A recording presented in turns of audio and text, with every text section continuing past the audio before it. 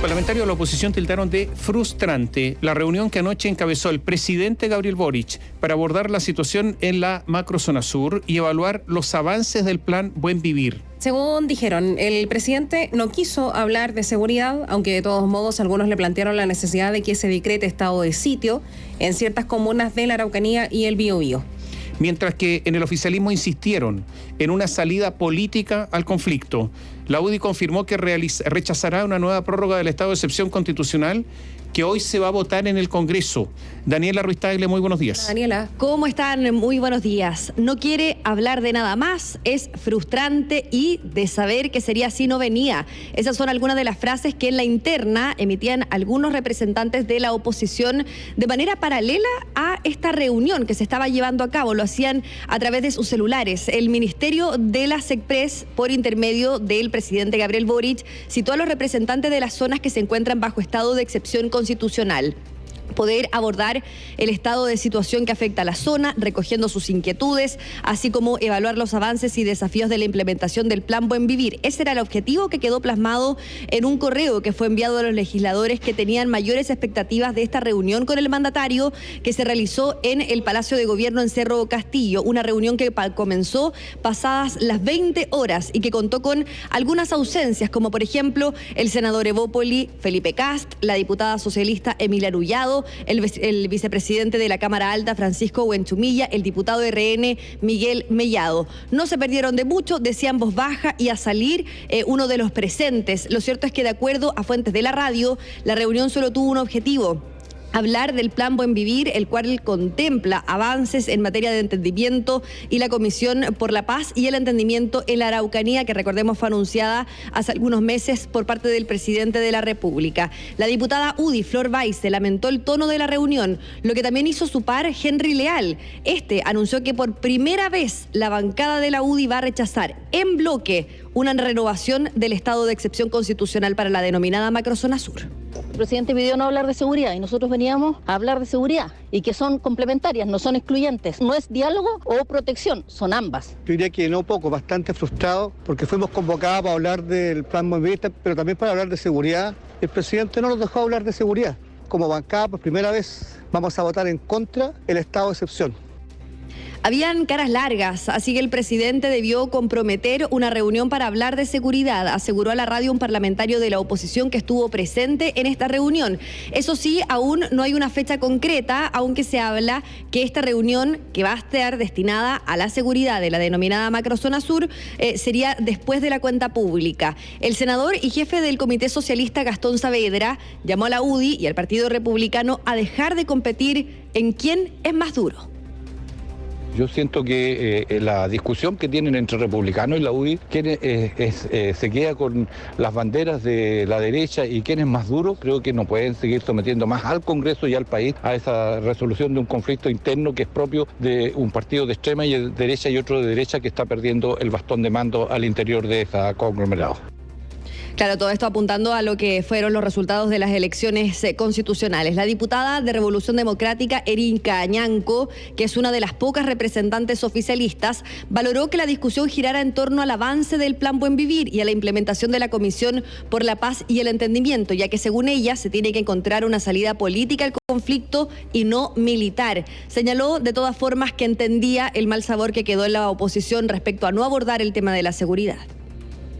Para ellos entiendo el mal sabor de no abordar el problema de la seguridad, pero hay que entender que en Chile no solamente se vive de seguridad, Chile también necesita soluciones políticas a conflictos políticos. La gente de Chile también necesita que el camino del diálogo sea uno de los principales caminos que debemos abordar para poder tomar esta problemática histórica de la forma que corresponde con soluciones políticas. El presidente Gabriel Boric abordó esta comisión también de restitución de tierras, habló de distintos puntos que fueron anunciados hace algunos meses desde Temuco, en la región de la Araucanía, y pese a que el presidente Boric se centró en los avances del Plan Buen Vivir, algunos parlamentarios intentaron tocar el tema de la seguridad, solicitándole, algunos a la pasada, porque decían no tuvimos mucho espacio, estado de sitio, aunque sin recibir una respuesta a cambio. El diputado RN, Jorge Radjev, si bien pertenece a una bancada que no está convencida 100% sobre el estado de sitio, señaló que aún se puede convencer al mandatario y desdramatizó los efectos que tendría la aplicación de esta herramienta constitucional. El estado de sitio, y quiero decirlo con todas sus letras, al presidente de la República le incomoda, pero eso no es algo que finalmente no lo podamos convencer. Mejorar lo que significa la implementación y cuáles son las facultades que deben tener las autoridades y las policías para poder actuar, sea en estado de excepción de emergencia que actualmente tenemos o posiblemente en estado de sitio. El presidente fue reticente en su momento al hablar del estado de excepción constitucional. Recordemos, antes incluso de que resultara electo como presidente de la República. Sin embargo, tuvo que ceder hace un año, luego de los hechos violentos registrados en la zona que, según el gobierno, han bajado. El subsecretario del Interior, Manuel Monsalve, defendió esta medida deslizando que si es rechazada el día de hoy en la Cámara o en el Senado, los ciudadanos podrían quedarse simplemente sin ninguna herramienta. La pregunta es, sin estado de excepción, ¿las personas que viven en la región de la Araucanía, en la región del Biobío, están más o menos seguras? Y lo que hoy día permite entregar mejores condiciones de seguridad es el estado de excepción. Estamos siempre disponibles a debatir respecto a la estrategia por la cual se despliega y, por supuesto, vamos a fortalecer esa estrategia. Pero lo que se vota es la renovación del estado de excepción. Claro, una renovación que se va a votar el día de hoy. La sesión de la Cámara está citada para las 10 de la mañana y se espera entonces que se conozca el futuro de este decreto. Ahora bien, si bien la UDI va a votar en contra, en bloque, respecto a esta medida, es probable que de todas formas se apruebe. Sin embargo, insisten en el punto, estado de sitio para la macrozona sur, algunas comunas que se han visto bastante afectadas a propósito del recrudecimiento, dicen, de los delitos que se han registrado en esa zona. Mientras tanto, estamos a la espera de que se anuncie pronto esta Comisión por la Paz y el Entendimiento que, de acuerdo al presidente, en noviembre del 2022 tenía que ya comenzar a conformarse en marzo de este año. A ver, pero si uno calificara la reunión, porque esto es una reunión con la oposición, ¿para qué? Para llegar a algunos acuerdos, informativa, si informativa, ¿para qué la hace el presidente? ¿Qué sentido tenía esta reunión? La reunión, de hecho, el mensaje que les llegó a los parlamentarios en la citación era poder abordar el estado de situación que afecta a la zona, recogiendo sus inquietudes, así como evaluar los avances y desafíos de la implementación del Plan Vivir. La primera parte de esta citación dejaba entender a los parlamentarios, principalmente de la oposición, que iban a poder abordar o hacer un análisis o una evaluación de lo que ha sido el estado de excepción. Y es por ello entonces que quedan con este sabor amargo. Solamente les voy a decir algunas cosas que nos decían algunos parlamentarios que estuvieron en esta reunión. Si hubiese sabido que hubiera sido así esta reunión, me hubiese ido. No hubiese ido. Ya, pero entonces fue para peor.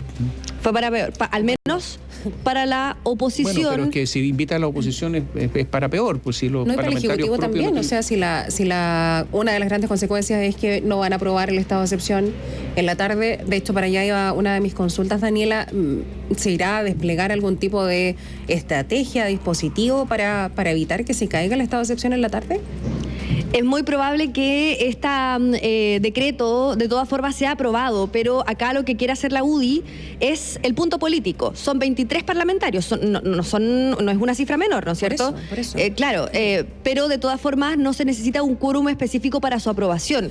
Ahora bien, hay distintas interpretaciones en relación a qué pasa si se rechaza este decreto en la Cámara. Por parte de algunos abogados de bancada de derecha, nos dicen que acá el gobierno simplemente tiene que reponer con un nuevo decreto el estado de excepción constitucional y partir de cero, por así decirlo. Mientras que otras interpretaciones de expertos constitucionales nos dicen, a ver, si acá se rechaza el estado de excepción, se tienen que levantar las fuerzas militares y se ve difícil ingresar otro decreto nuevo, porque ahora ¿a qué elementos van a apelar para poder decretar estado de excepción en esa zona? Yo entiendo que el presidente Boric lo que alistó fue la comisión de restitución de tierras. Exactamente. Que se está a alistar y que esta comisión va a empezar a devolver tierras o a entregar tierras, no sé, a las comunidades mapuche. Esto en medio de la... Entonces, al final, yo no sé qué va a pasar entre gobierno y oposición con respecto a este tema. Lo veo muy difícil. Es que además se trata de un tema que tenía que comenzar a implementarse en marzo. Estamos hablando de la Comisión de Restitución de Tierras, de la Comisión de la Paz y el Entendimiento. Recordemos, el presidente lo anunció a fines del año pasado, en noviembre del 2022, desde Villarrica.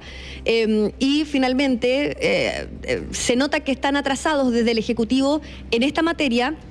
Y efectivamente dicen los parlamentarios de la oposición, a ver, nosotros acá venimos a hablar de endurecer las medidas, o sea, si está bien que hablemos de lo que tiene que ver con la paz, con el entendimiento, salir desde el punto de vista político del conflicto, pero ya el estado de excepción no es suficiente. Además, el presidente nos cita en un momento en el que estamos tomando fuerza con la solicitud del estado de sitio. Entonces, está compleja la situación para el Ejecutivo en esta materia. Ahora bien, si son pocos los parlamentarios oficialistas, de todas formas salieron conformes, porque dicen, acá ya hay avances en el tema de la salida política, la salida pacífica, en una de esas se puede levantar pronto el estado de excepción, etcétera. Hay optimismo ahí. Claro, lo que pasa es que en esta Comisión de Restitución de Tierras que dirige Víctor Ramos, ¿quién es Víctor Ramos? Militante de Convergencia Social, del partido del presidente. ¿Quién es? Él fue jefe de gabinete del presidente del Partido Convergencia Social, el diputado Diego Ibáñez. O sea, esto es un círculo estrecho. Aquí todos se conocen y tienen que nombrar esta comisión. No se sabe, de 5 o 7 miembros, que además sería una comisión paritaria donde habría personas de la etnia mapuche, personas del gobierno o cercanos al gobierno, a lo mejor alguien de oposición también, o que haya tenido algún rol en la oposición, pero todavía no se nombra ni siquiera a estas personas. Y resulta que pasan los días, no se nombran. Pero al final, yo creo que la composición va a ser también un lío muy, muy grande entre gobierno y oposición. Totalmente. Entonces, no, lo que te quiero decir es que de esto se conversó ayer, de esta comisión, no se sabe. El presidente habló. Eso era lo que nos decían los parlamentarios, decían, hay una ronda de palabras, algunos han tomado la palabra, pero lo cierto es que no estaban muy interesados en este tema porque ellos llegaron con otras expectativas. Ya. Muchas gracias. Buenos días. Gracias, Daniela. Hasta pronto. Bueno, una de las ideas que se esgrimían ayer en esta conversación tiene que ver con la efectividad del estado de excepción y la solicitud del estado de sitio, ¿no?, que hacen algunos parlamentarios de oposición. Hay unos datos en relación a la efectividad del estado de excepción.